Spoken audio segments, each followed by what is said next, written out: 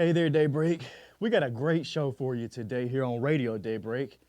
It's a special episode with Becks, Jen Banks, and Michelle Orton. Wow, the Women Optimizing Wellness. Now, their guest is a lady named Mary Crafts. Now, if you don't know who Mary Crafts is, let me get out my long list of what she does. She's an author, a podcaster, speaker, healer, entrepreneur, and just a huge advocate for women empowerment. Mary Crafts Inc. Inc.com. That's her website if you want to hear more. You go there, you're going to find out real quick that she's a badass woman with purpose, grace, and grit. Her book is Unbounded, From Sorrow to Summit. You guys got to stick around and listen to this interview. She's got some amazing advice for anybody out there, though. But before we get to that, couple of announcements. Man, we're in a new studio. I mean, it's still in the basement, and I love it though. But my wife did want to hide a bunch of googly eyes around here. I just found one. She wanted to hide googly eyes in the background. We might have to go for that. I think that'd be a kind of fun idea. Let's go back to this farmer's market. So you guys saw the video we put out. We put a video out Saturday morning, and there was a farmer's market. Laura Gaylord and Empowered Community Markets. We're down at Novel. I got my fresh fruit right here. I still got my fresh fruit. That's not the only one that she's doing, though. She's doing these all the way until the farmers markets outside get picked back up. The next one at Novel is February 8th. Go out there and get your Valentine's Day stuff. You ain't gonna. The last time, you guys, I went to this place called Lux and Whimsy. They didn't pay me for this. They didn't pay me, I promise. But not many places can you go and buy a bat. I'm talking about not a baseball bat. I'm talking about a BAT. I got a live. Well, he's not alive anymore. He's frozen up. But I got a bat at the market. You guys got to get out there. You can find anything and everything. I gave it to my wife. It was one of the best presents she ever got. Lux and Whimsy. Haley, I believe was her name. You know what? I got to get her on the show. Speaking of businesses, the BNI. I'm not talking about BMI. I know it's the first of the year. The BNI, Business Network International, is now in Daybreak. 9 a.m. on Wednesdays. We're at the DCC. If you've got a business, you don't have to. This is your invite. You don't have to have anybody else. You don't have to sign up. Just come on in. Let's go get to this interview with the Women Optimizing Wellness and Mary Crafts. We'll see you guys on the other side.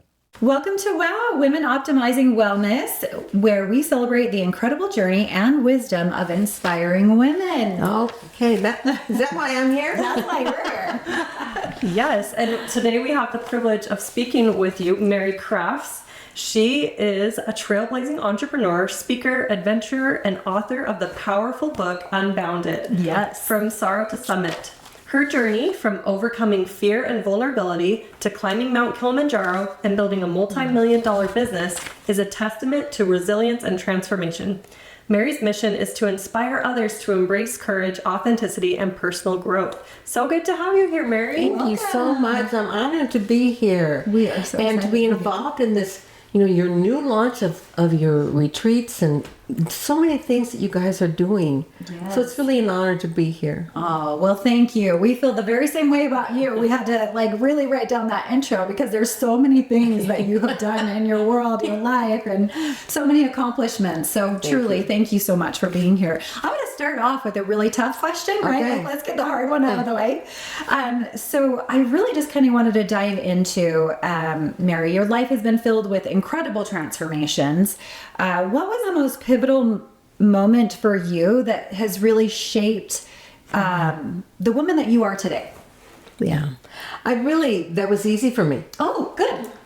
Because it happened at a very succinct moment. Uh-huh. And I remember it as if it were yesterday. Wow. It was right after my 50th birthday. Okay. And so now I'm 71, so that's 21 years ago. And that's before we had cell phones and this kind of photography. Right. And people were at my 50th birthday party doing this. And then you take the film into Kmart when there was still Kmart. I remember, yes. And you would get it developed, and you would wait outside anxiously when you would get it developed and flip through them. And I was sitting out there flipping through these pictures of my 50th birthday party, and I came across a picture of me, just by myself, and I just started to weep. Oh my goodness. Like, who's that person? I never saw myself as that person. I don't know how to get away from that. I'm so lost. I don't know how I got here, so how would I possibly know how I got away, to get away? And I was just seized with this fear that this was my life. And as I sat there longer and longer, I realized this is my moment. This is my moment to make a turn and to shift. Wow. And at the time, I didn't know what it would take. I didn't know how long it would take me. But I knew that I was turning. I could feel myself literally turning. And so at that point in my life, I had been in my business for 20 years. I was already a very successful entrepreneur. But I was just burying deeper and deeper all the struggles that I had dealt with my whole life. And putting out here, well, look at the success of my business. Surely I must be okay. I was wearing this badge that said, I only sleep 4 hours a night. Aren't I wonderful? You know, all the things we as women do to build up these badges on us that make us okay, as opposed to dealing with what's inside.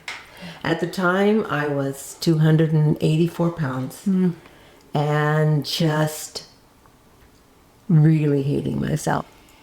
And yet to the outside world, as that photo depicted, I was full of smiles and laughter and successful, but so sad inside.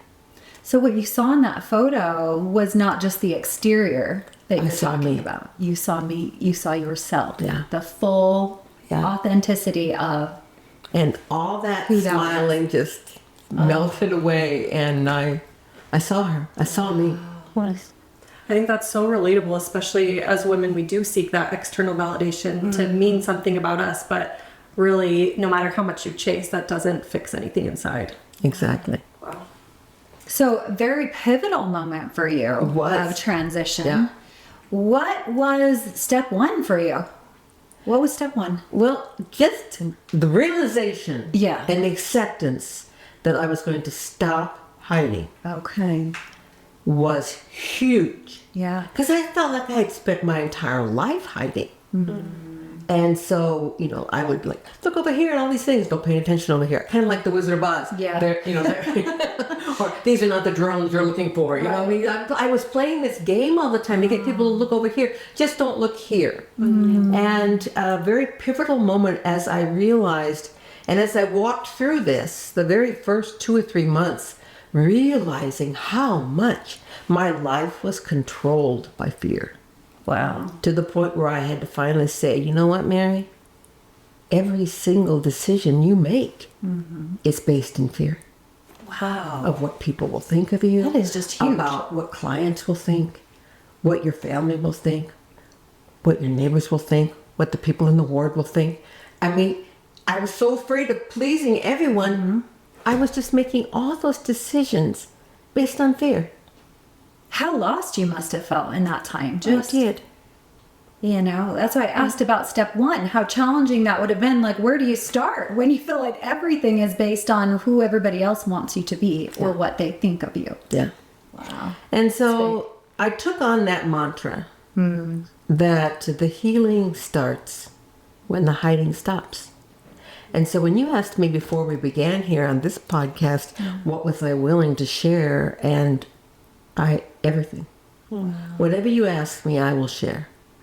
Because I'm so committed to standing naked in front of people. Now, not necessarily physically naked, even though I have had to become comfortable with that. That too, yeah. And basically me in front of the mirror. Yes. but socially, emotionally, mentally, spiritually. And as I accepted that nakedness and stepped into being vulnerable, Exactly. this is the crazy part I realized, and it's the number one thing that I want you listeners to get. Yeah. And that the very things that I thought were going to push people away from me or make them want to run away from me are the very things that drew them close to me. Now when I share things, you can imagine afterwards the number of women that come up to me and say, oh, I felt that same thing. That's just like me. And they are so thrilled to have someone they can relate to. Yes. And then now, particularly someone that made it out of that. And so there's nothing greater to stand naked and find yourself accepted and loved more than you ever have been in your life. Wow. Yeah. Incredible. A lot of wows from so this true. lady. She is absolutely amazing. Yes. I know Jen had a question about part of that journey with Mount Kilimanjaro. Yeah. So, switching gears a little bit, it's such a powerful metaphor. What was the most unexpected lesson you learned from that? Yeah. There are so many lessons on Kili, and I really had to write them all down, and that's kind of where the book came from. Unbounded, yes. I started this journey, as I said, at age 50, and it took me about 6 to 7 years to lose all the weight. Okay. And to start down the journey, to add to that, then the physical fitness, strength training, all those kind of things that now are just a daily part of my life. And as I started down that road, I was like, I kept looking for markers, and I found markers along the way where I could plant my flag and say, I made it this far. I made it this far. And so at age 60, I was on the foundation board at Utah Valley University. And a gentleman named Martin Fry was on the board with us, and he was giving a recap to the board of, he is the only man in the world still to have climbed all 7 major peaks and to have sailed all 7 seas. What am I doing with my life? And so that's exactly what I thought. I've accomplished this goal, but Yeah. I haven't done that. And I knew that was not within my kind of sure. I was a little older, so I was 60, I'm just saying. And so, but as he talked, I was just like mesmerized. And when he sat down, he came and sat next to me. I turned to him and I said, Martin, I want to do something. Something physical, because physical had never been part of my life. I had told myself and convinced myself that if it involved anything physical, I'm sorry, that one's not for me. What's another thing? You know, I mean, but now I was strong and I was fit, and I said I could do something. So what is it?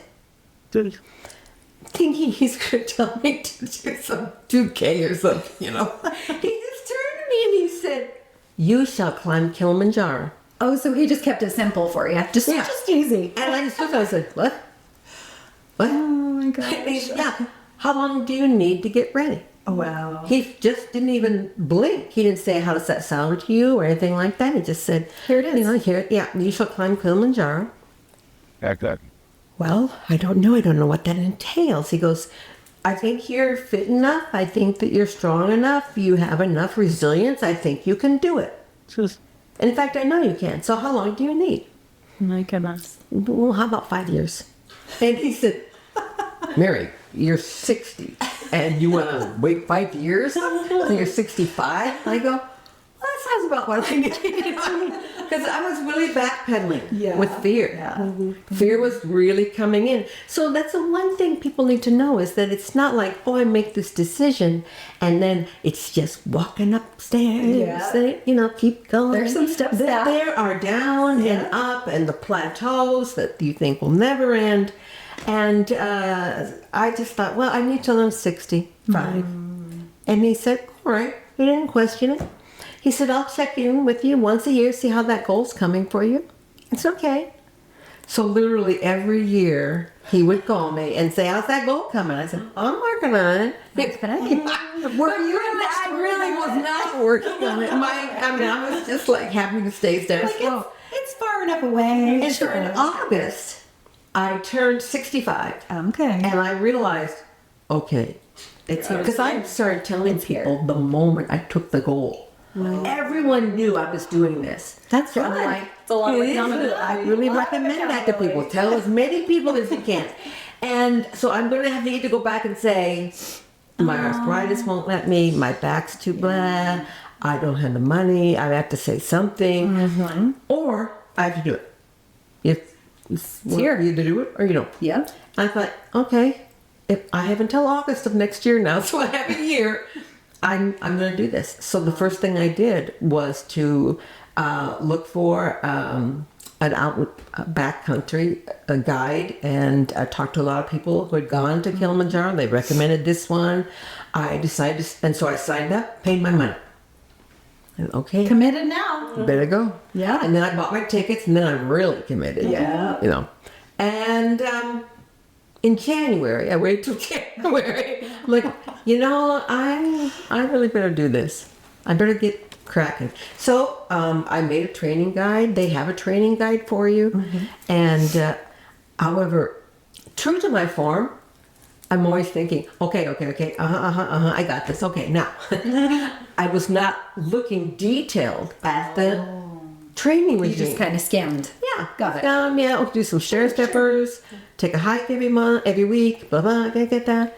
But when it came to the stair stepping, I did my stair stepping. I could do an hour of stair stepping without any big issue. When I got there, we're talking the first night, and the one lady said, "Yeah, the stair stepping was sometimes a challenge for me, especially with that 35-pound backpack." And I'm like, That little did I miss detail. that part? That little detail. I was supposed to climb most of the backpack.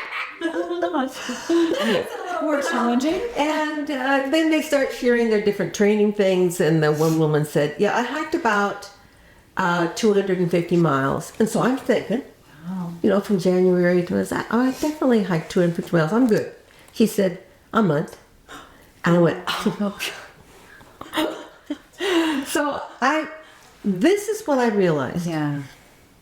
That moment, sitting around the campfire the morning before we leave, and you don't just all of a sudden train overnight, that pay attention to the details. But whatever your goals are, you're going to face them again and again and again. And I realized that every single one of my fears that I thought I had overcome were right in front of me again. And my fears looked something like this, that I couldn't physically do it. Now I'm face to face with, can I physically do this?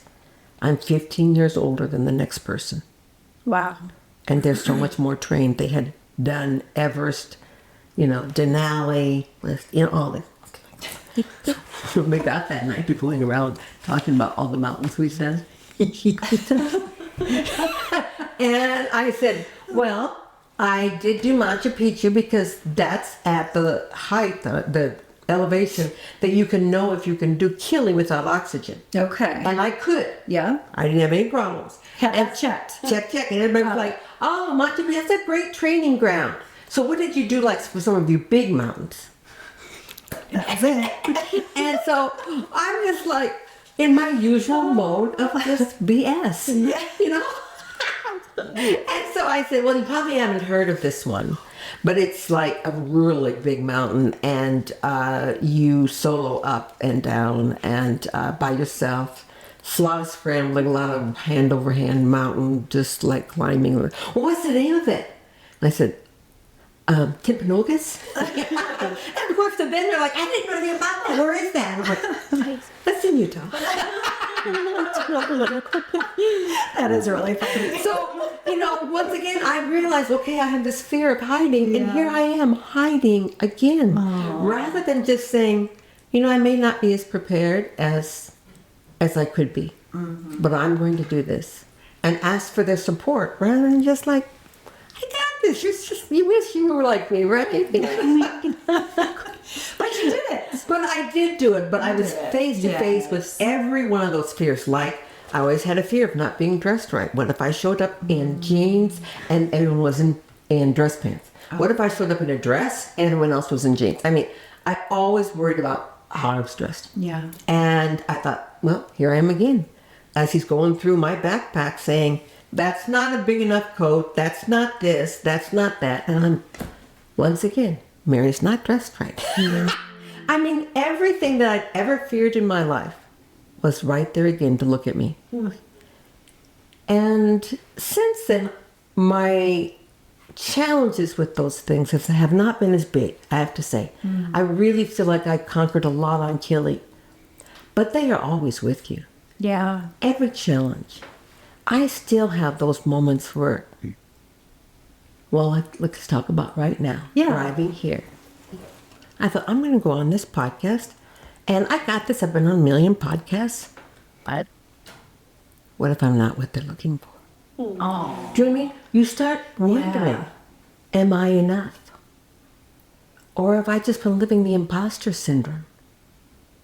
No, Mary. Now let's take a look. Let's look at this realistically. Yes, truly. And you look at that realistically as I'm driving here. I still have this. Yes.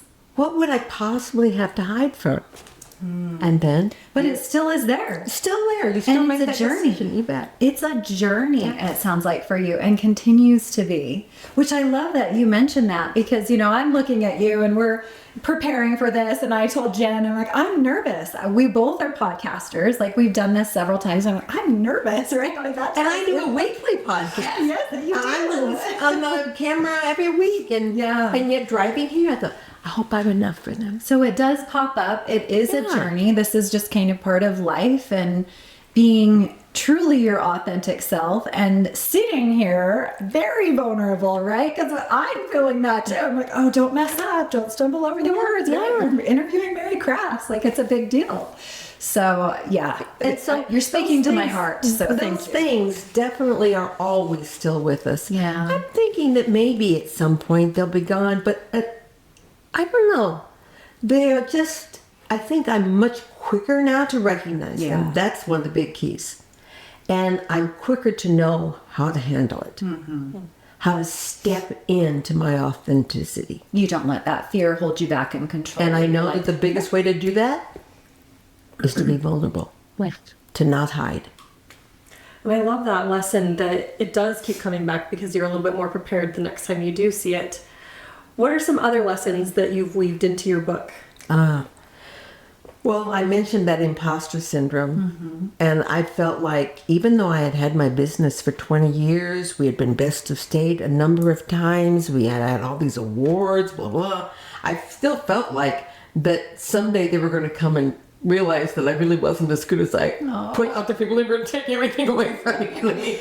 But we still have that pretending. It all boils down. Can you see how all of this boils down to pretending and hiding? Yeah. And that the moment you stop hiding, that's the moment you begin to heal. And whenever you're hiding again, you know you're backsliding. And that's why that lesson is so critical to me. Then there's the lesson of being enough that we always have to be dealing with. Yeah. And I do think that it is the base fear of everything. That you might have a fear of failure. Well, why is that? Well, because you think you're not enough. You might have the fear of, being laughed at. Well, why would people laugh at you? Because you're really not enough. And that you might end up being a horrible mother. Well, why would you be a horrible mother unless you're not enough? You know what I mean? And that fear is the base fear of all things. You can trace that back to every single thing, back to we have this fear, this innate fear that we are not enough. I was having dinner last night, John and I, with another couple, to probably one of the most accomplished women that I just love. And I walk away such a better person when I spend time with her. And so I always choose a word for each year. And I don't do resolutions. I haven't done resolutions. Well, since I started this 21 years ago. Wow. I haven't done one New Year's resolution. Just your word. But I pick a word that will be my guide. I do it That too. will lead out in front of me. I love it. Right? So we can talk about those words in just a minute. And so this year, my word is permission. I want to give myself permission to keep singing. Because in our world today, if you're 71, your song's done. You're done. Girl, look at you. Go sit on the shelf somewhere and be quiet, you know what I mean? They don't expect this person to still have such a song to sing, you know what I mean? And I know I have songs inside of me that are unsung. I don't want to leave this existence without having sung every one of them. But I fought it inside for the last 4 months. Should I step into more?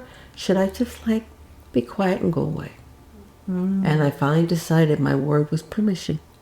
I'm going to give myself permission to keep singing every day.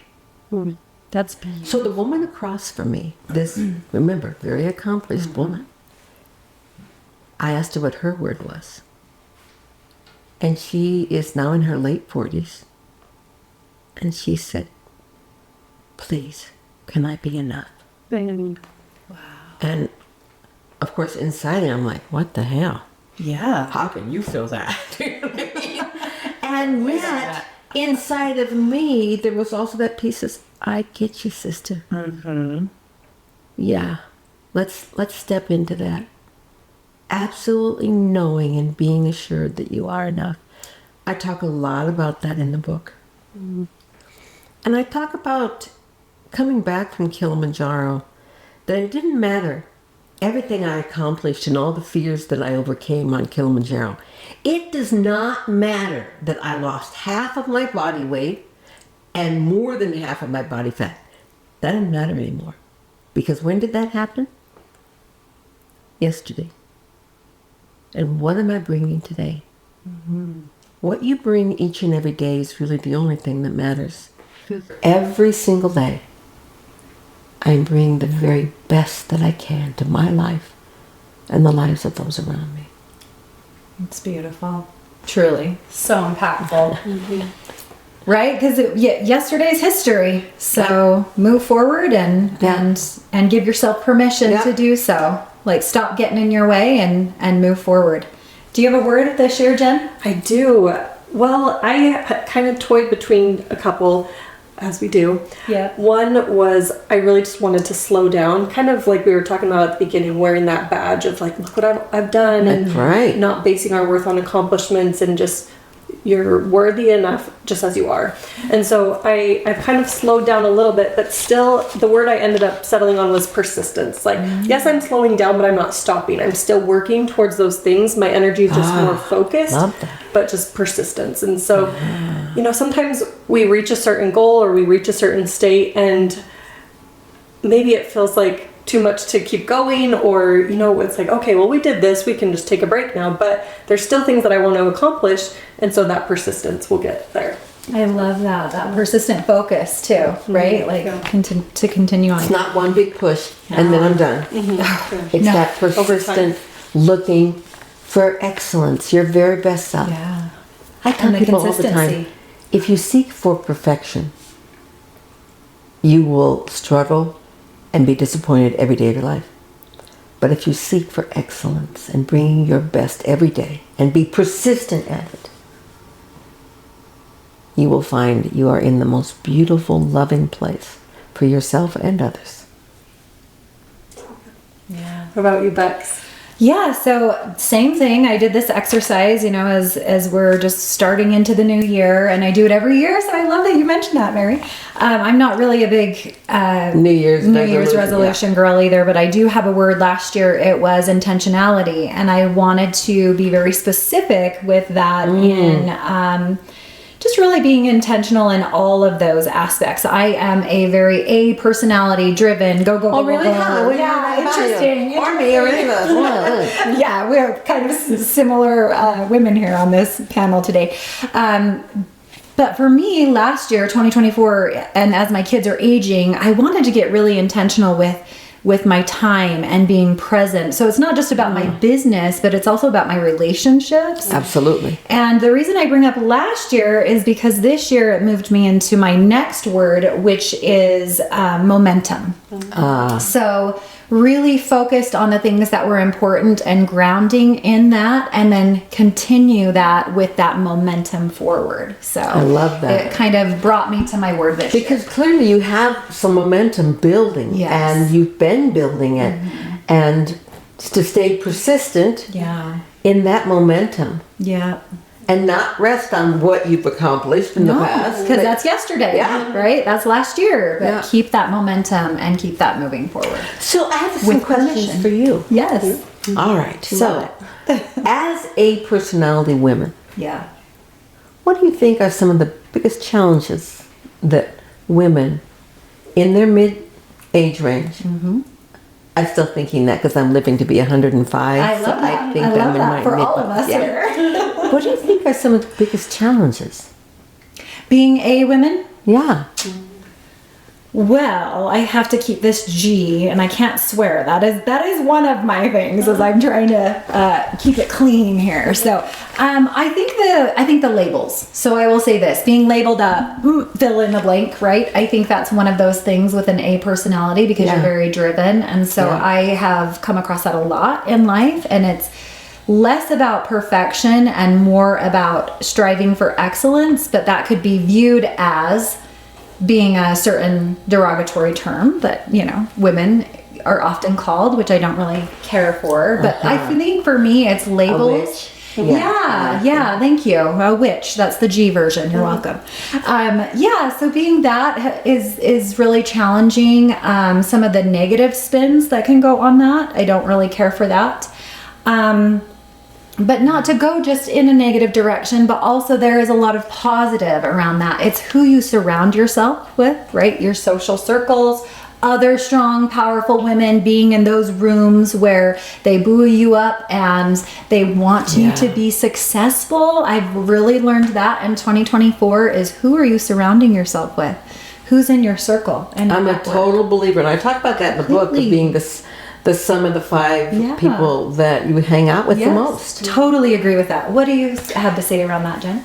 I think something that I have revisited over and over, we talk about these recurring lessons, is expectations. I've always gotten myself some expectation pain when things didn't work out as I wanted them to or hoped that they would. And so I've had to learn flexibility and being able to pivot and really just accepting that what you have is what's best for you. I never pictured having a boy, and I have 3 sons. So I just from the get-go have learned how to just readjust and be flexible and find the good in every situation. So, but I know that a lot of us do tend to have these expectations. We get our eye on the prize, we have a vision, we know how we want it to be, but if we don't leave room for that flexibility, then we are causing pain for ourselves. That's huge. That is massive. That's been a really recurring thing for me too. Being an A personality, it's like I have a vision, I want it done, I'm striving for excellence, I want it done this way. Just ask my team. They're behind the camera right now. Hi team. They're making faces at me right now. But truly, that is very, very powerful. How about you, Mary? I'll turn that question back to you. Well, I think that even though we live in a state that is no longer majority from the Church of Jesus Christ of Latter-day Saints, the expectations still linger over all of us. First of all, as women, we have that challenge that how can I be all I want to be and still not seen as the witch? So there is that. And when you surround yourself with women, like at your upcoming big launch, the end of January, you realize that you're not alone. And I think that's huge for women. And the perfectionism issue is still big for women. How to let go of that. Fitting a mold. And even this morning, this is just me being vulnerable again, I was listening to the audio version of my book because It's just coming out. And I did this, I listened to this part where it talked about, not being perfect. And I'm like, yeah, I did write that. And yeah, I do say that a lot. Have I really let go of that? Yeah. What does that look like for me? What would be the acceptable things for you not to be perfect in? Yeah. Are you okay to not be perfect in your physical realm now, since that was such an accomplishment for you? I was like, well, everything but that. But then I'm like, I am aging. And I have to stand in front of the mirror and look, okay, I don't weigh any different, but I look different. I surely do. I had the flattest tummy. And now it's got a little pooch in it. And I'm every day like, what is wrong with that? Do I need to have a bowel movement or something? Why is that pooch there? And then just you say, last and okay, that's just the body of a 77-year-old. And are you okay with that? Less than perfection. I'm like, well, of course I want to be. The other thing I think helps us along this path that I think is facing women is the use of the word should. If we can just eliminate that from our vocabulary. I hear women and I hear them say about, well, I really should and I really need. And so then I just come back and I said, can I help you reframe that just a little bit? Yeah. Can we reframe that to I could? And instead of I need, could you reframe it to I want? How does that shift inside of your body, your feeling, when you say, I need to do this, versus I want to do this? Just that little reframe. And should versus could, right? Very Exactly. small. Yeah. So, I have to be mindful of that. I wonder how often now I'm I using can't that. hear it without. Yeah. I mean, I hear it. You'll like have to hold me accountable on that, Jen. You're around me a lot. night and day. The shoulds and the coulds, and the need and the want. And the need and the want. And if you don't want it, why are we putting energy there? Yeah. We really need so few things. You need air, water, food. Little shelters, Yeah. nice. And if those aren't along the need list, then these are wants. And wants are inspirational. Yeah. Wants light up a fire inside of you. I want to climb Kilimanjaro. Yeah. But I need to climb Kilimanjaro. That's like Ooh. a Debbie Downer, right? Yeah. That shifted me. I was like, oh, I don't like to be obligated to do that. Right? Yeah. Like, but I want to. That's more inspirational. Yeah. So, Mary, I want to shift a little bit because you did mention you are going to be our keynote speaker. Yeah. What can we anticipate at the end of this month? And Well, let's hope that I have something in my brain by then, because I've been kind of ruminating on it. And one of the things I've done before is to walk into a room and just start asking women, so tell me why you're here. Tell me, what are you hoping to, see, that's me, hoping. What do you want to walk away with from here today? I just have my little notepad and I'm just making notes. And then I get up and I talk. And I think for them, one of the best pieces will be the Q&A, yeah. where they get to really ask anything of a naked woman. I'm not going to really sit up there naked, but I was ready to bring a robe just in case. Like, you never know with Mary what we're going to get. But what if you really could ask someone who had passed through your age Yes. and really emerged on the other side? Anything. What would you ask her? And so I kept looking my whole life for a mentor my age, that was older than I was. And I kept thinking, I'm going to find this woman who's in a rocking chair on a front porch, and she's, got her gray bun behind her head.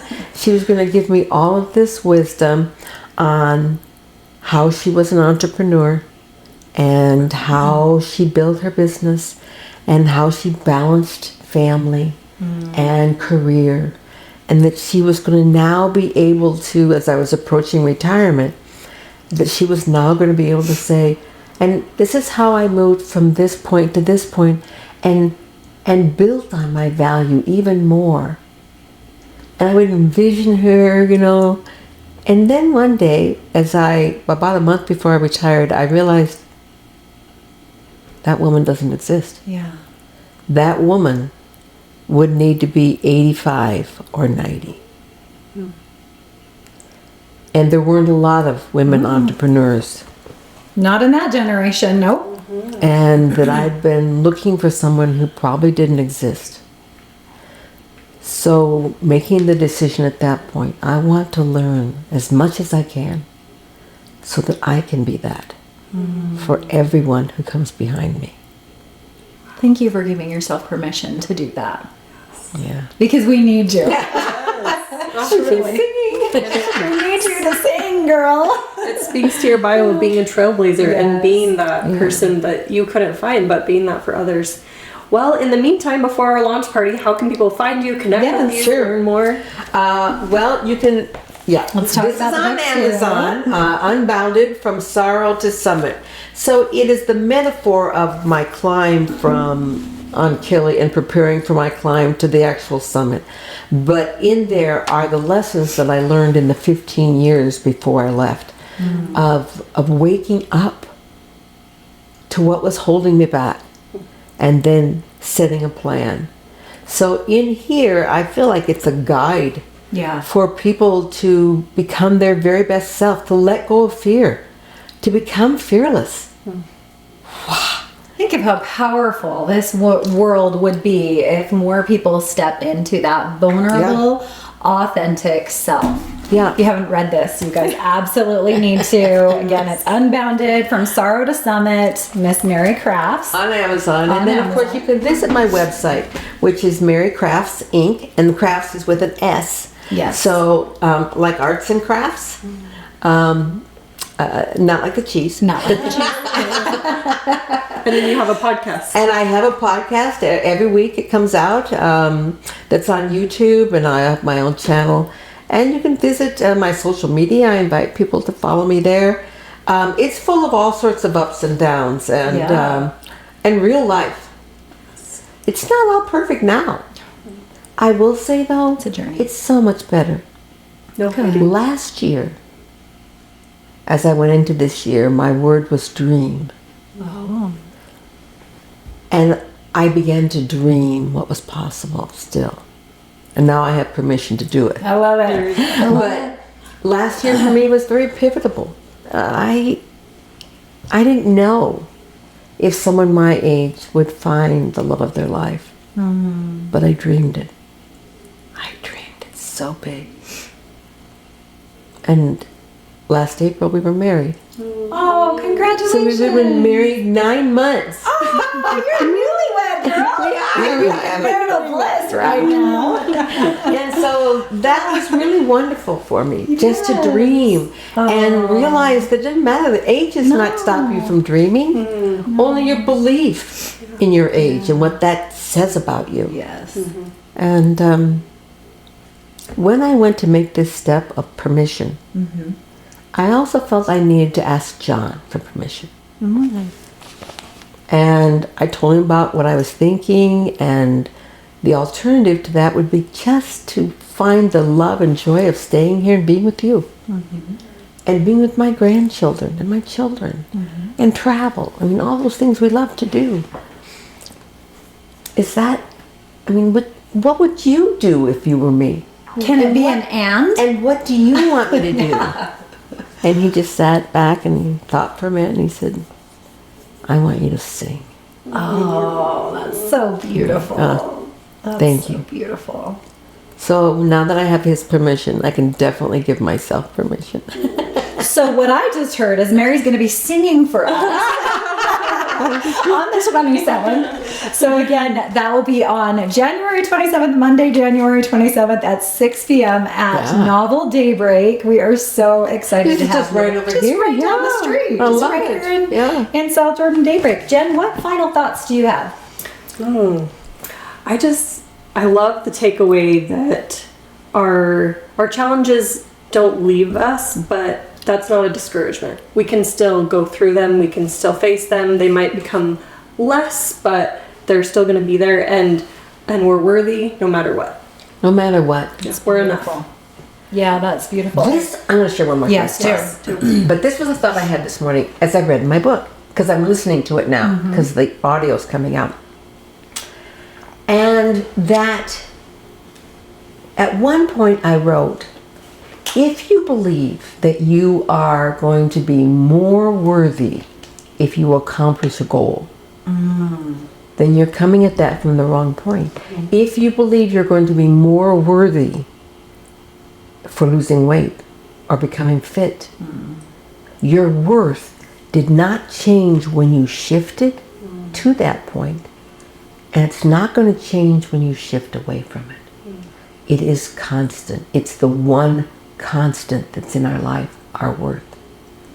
It's always with us. The only thing that's shifted is our perception of it. And what if we could all just sit every morning and bask in our worth and beauty? I know you focus a lot on gratitude too, and being mindful in that gratitude, I think, is very helpful. Yeah. In that space, because sometimes when you're down and out and thinking, of the past and being stuck in fear and all of those things, that can be a really negative space, and it's hard to break out of that. And I found in my own mental health struggle through the years, specifically postpartum, gratitude was everything for me. Just taking everything. That moment to shift the thinking and recognize and realize your worth is here. It's constant. Your worth is constant. What are the things, even as bad as life is, that you have to be grateful for? And sitting in that moment of gratitude really does shift. It does shift. It totally does. I think about a little baby coming into the world. And would you ever say to a little baby, just so you know, sweetheart, you are worth nothing. Yeah. You have to prove yourself here. If you do, You have to X, Y, work and Z. hard. Yeah. And then you'll get to be worth something. We never think of saying that to a baby. Yeah. And yet somewhere along the way, this world changes our perception. We're going to shift it back. I love it. Come join us on January 27th. Love it. Thank you again, Renee. That was so beautiful. It was so beautiful. We really appreciate you being here today. My pleasure. Thank you. Thank you. Oh, Mary Crafts. Mary Crafts and Women Optimizing Wellness. Their big launch is coming up January 27th, I believe. Mary Crafts right there, she was talking about it. And basically, if you're your authentic self, you can change the world. That's some words I live by as well. Just be you. Just be you. That's all you got to do. If you're really going to be you, you can change the world, because you're going to connect with the people who are like-minded, or in that same realm that you're in, on that same wave that you're on. You'll find those people. Just be authentic. MaryCraftsInc.com. You can go find out more about her. For us, it's RadioDaybreak.com, at Radio Daybreak across the board. Don't forget your BNI Business Network International, right here in Daybreak, 9 a.m. Wednesdays at the DCC, the Daybreak Community Center. I know I'm throwing a lot of acronyms at you.